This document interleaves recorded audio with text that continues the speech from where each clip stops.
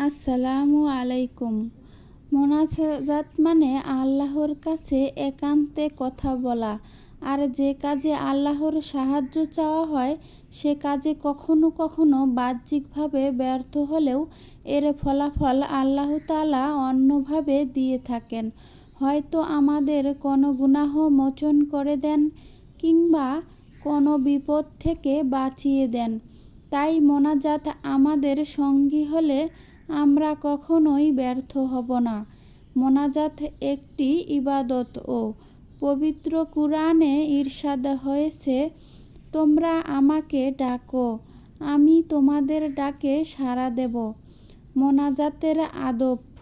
মোনাজাত কবুল হওয়ার জন্য কিছু আদব ও শর্ত রয়েছে, যেগুলো খেয়াল না করলে আমাদের মোনাজাত হয়তো কিছু প্রার্থনা বাক্য হিসেবেই থেকে যাবে। আল্লাহ তাআলার কাছে কবুল হওয়ার মতো মোনাজাত কখনোই হবে না। তাই কিছু সময় অবশ্যই খেয়াল রাখতে হবে।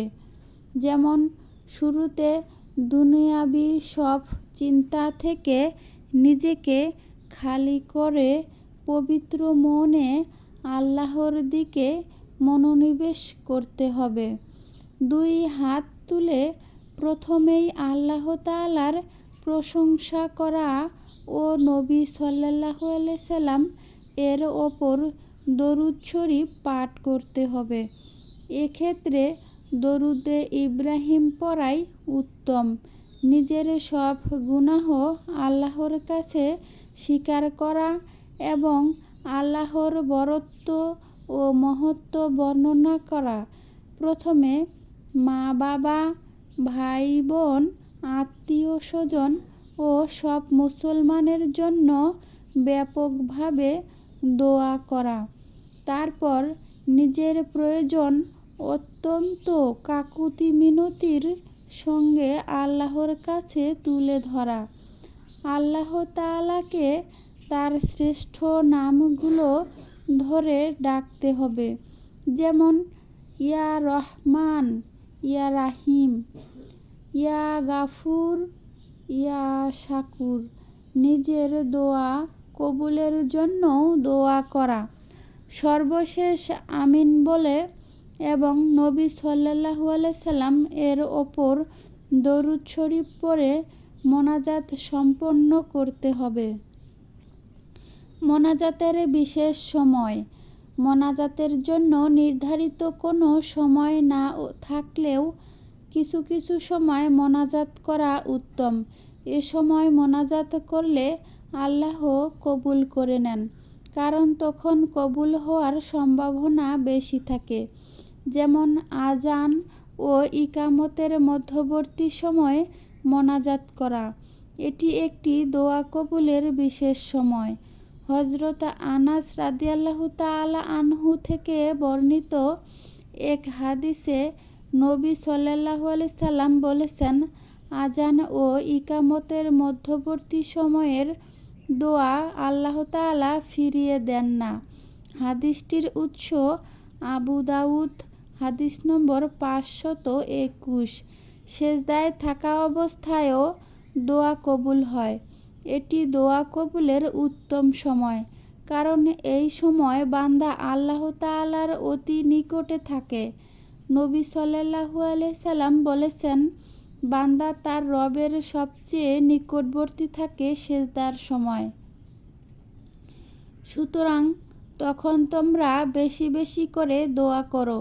হাদিসটির উৎস মুসলিম, হাদিস নম্বর 482।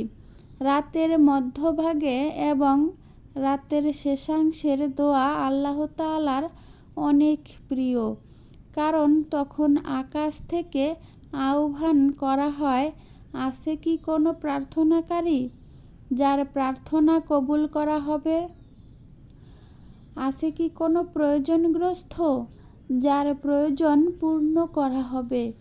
আছে কি কোনো বিপদগ্রস্ত যার বিপদ দূর করা হবে?